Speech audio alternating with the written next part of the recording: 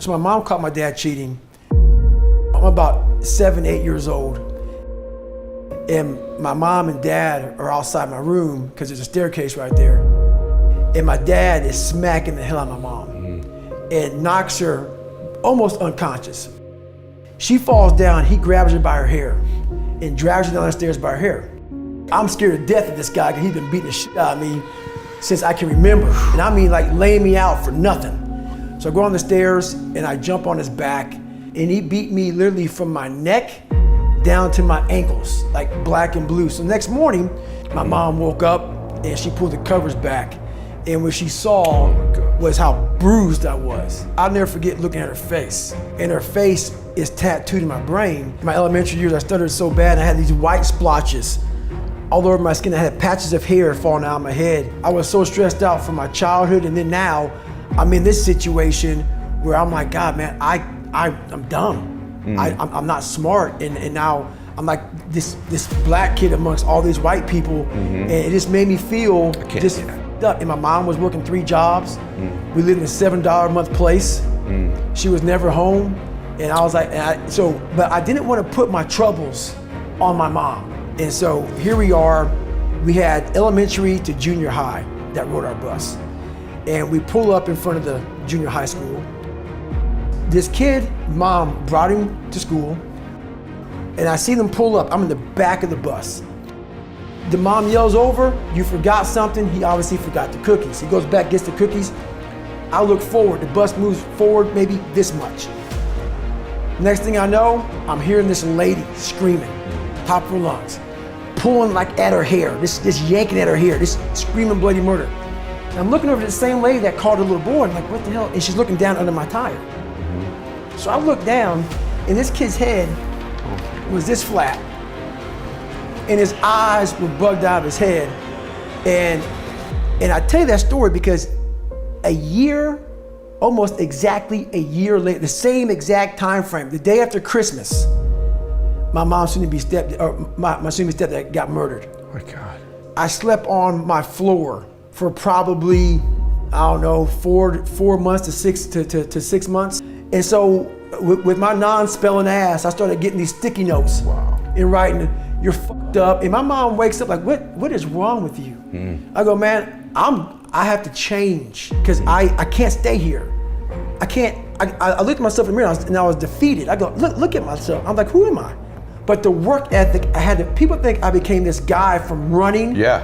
No, I became this guy from fucking studying. I had to study for hours. What might take you an hour to learn, take me 2 days. Wow. So that's where, at the table, I got obsessed. But that's where I was. And I tell the story because if I just talk about, I broke the pull-up record, I did all these races, I went through SEAL training, I was in 3 Hell Weeks, Ranger School. If I talk about all the badassery, like we like to do on social media, and I don't tell you that I was a f***ed up kid, and I was scared of shit, and I was depressed and insecure, what good am I for anybody? I'm a superhero, but I'm a liar. I'm that now, but I wasn't born that. I had to make myself into this shit. From the time from 1994 to 1999, I go from 175 pounds to 297. Not much education. 4.5 years in the military, I started spraying for cockroaches and making $1,000 a month. And I had an $810 apartment. Whoa. So I'm scrounging, dude. Yeah. And so my life is hard. I said, I'm tired of feeling the way I feel every day. I'm tired of how I feel. I'm tired of lying to myself, lying to people, and just being some piece of shit. And I always knew in the back of my mind I could be something special, but I knew the work it was gonna take was gonna kill me. So I'm looking at all these different races, and one comes up, number 1, the hardest race in the world, Badwater 135. 135-mile race through Death Valley. I'm like, that sounds fucking nuts.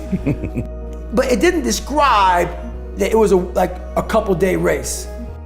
I'm gonna get this shit done. I'm a SEAL, I'm a badass. Been through Ranger School and shit. I got this. Hardest thing I did my entire life, dude, was this one race. Utter misery, happiness, failure, success, depression. I went through every emotion in the world in 19 hours. I got in that blue chair when the race ended, over. I was in the worst shape of my life. So I'm sitting there and I think I'm gonna die. I was in the worst pain in my life, and it was the best feeling I ever had in my life. Not because of the pain I was in, but the pain was confirmation of, my God, did I just do that? That this young kid that came from that wasn't that lied and cheated I was now the truth. I don't care about winning. For some, I just want to go the distance.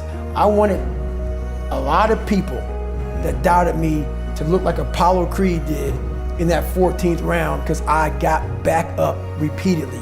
And when you keep on getting back up like that, no matter how strong the person is that's beating the shit out of you, they eventually look at you and say, you know what, I'm tired. And I just want people to be tired.